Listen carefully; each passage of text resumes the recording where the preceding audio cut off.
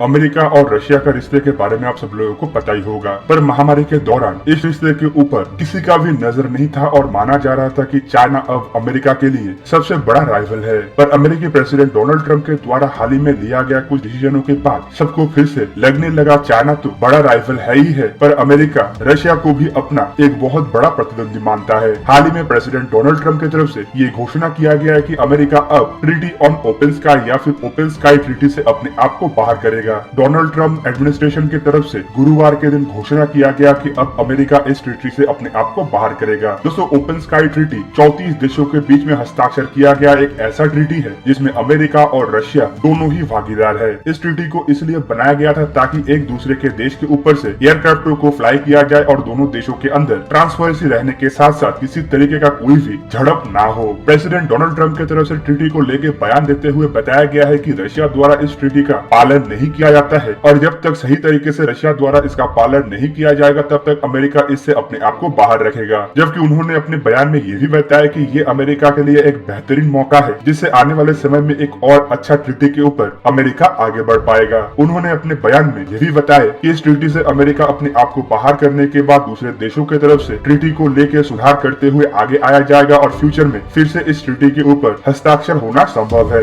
America के secretary of state Mike Pompeo की तरफ से भी इसे लेकर बयान जारी किया गया जहां पे उनका कहना था कि अब ये साफ हो गया है कि इस ट्रीटी में अमेरिका का रहना अमेरिका के इंटरेस्ट में नहीं है। माइक पॉम्पियो की तरफ से रशिया के ऊपर इल्जाम लगाते हुए बताया गया है कि रशिया द्वारा इस ट्रीटी का उल्लंघन किया जाता है। इवन रशिया अपने एक्सपेंशन नीति को इस ट्रीटी के बावजूद बरकरार रखा है और ट्रीटी का उल्लंघन करते हुए दूसरे देशों के एयरक्राफ्टों को रशिया अधिकृत जॉर्जियन सेक्टर और क्राइमिया में बना हुआ एयरफील्डों के ऊपर से उड़ान भरने से रोक लगाता है। पर माइक पॉम्पियो की तरफ से ये भी बताया गया है कि अगर रशिया अपने रुख को सही करता है और ट्रीटी का उल्लंघन नहीं करता है तो फिर से अमेरिका इस ट्रीटी में अपने आप को वापस ला सकता है। माइक पॉम्पियो का ये भी बयान था कि कल से मतलब शुक्रवार के दिन से अमेरिका लगभग 6 महीने के लिए इस ट्रीटी से अपने आप को बाहर कर रहा है, जबकि 6 महीने के बाद अगर रशिया की तरफ से हर एक दावे को माना जाता है और ट्रीटी को पालन किया जाता है तो अमेरिका फिर से सोच विचार कर सकता है ट्रीटी में अपने आप को वापस लाने का। पर दोस्तों, इसे लेकर अमेरिका के अंदर ही दो तरीके का बयान सामने आ रहा है, जहाँ पे कुछ लोग इसका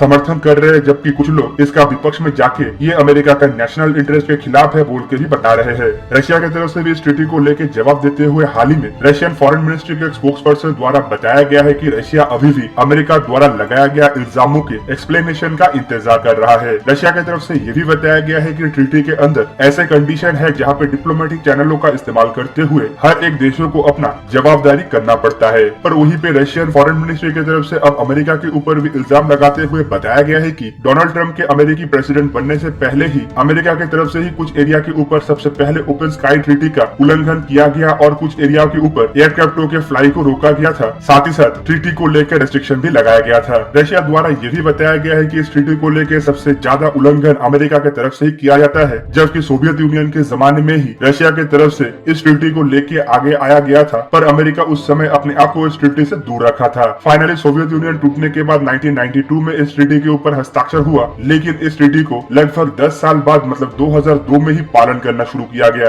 रशिया द्वारा अब अमेरिका को जवाब देते हुए कहा गया है कि ओपन स्काई ट्रीटी को सबसे पहले अमेरिका द्वारा ही उल्लंघन किया गया है और अमेरिका को इसका जवाब देना चाहिए। मतलब एक तरीके से अब ट्रांसपेरेंसी और कोई मिसअंडरस्टैंडिंग होके इन देशों के अंदर कोई झड़प ना हो जाए उसे रोकने के लिए जो ट्रीटी बनाया गया था उससे अमेरिका अपने आप को बाहर करने के बाद एक बहुत ही खराब सिचुएशन की तरफ दुनिया आगे बढ़ रहा है। सर्वेलेंस या फिर ट्रांसपोर्टेशन के लिए अब अगर किसी देश का एयरक्राफ्ट दूसरे देश के हवाई क्षेत्र में प्रवेश करता है तो इसे लेके फ्यूचर में कोई झड़प भी हो सकता है। देखना यह है कि अब इन देशों के बीच में खास करके अमेरिका और रशिया के बीच में ट्रीटी को सुधार करने का या फिर ट्रीटी को लेके नया कोई समझौते का संभावना आगे आता है कि नहीं और दुनिया को फिर से किसी तरीके का नया लड़ाई से बचाने के लिए दोनों देशों की तरफ से क्या प्रयास किया जाता है। दोस्तों, माना जा रहा है कि अब डिप्लोमेटिक चैनल का इस्तेमाल करके दोनों देश एक दूसरे का एलिगेशन को शॉर्ट आउट करेगा और फिर से इस ट्रीटी के ऊपर हस्ताक्षर करेगा, क्योंकि ऑलरेडी बहुत सारे क्राइसिस के समय ये ट्रीटी उल्लंघन नहीं हुआ और इस ट्रीटी को बरकरार रखा गया था। और जब पूरा दुनिया महामारी से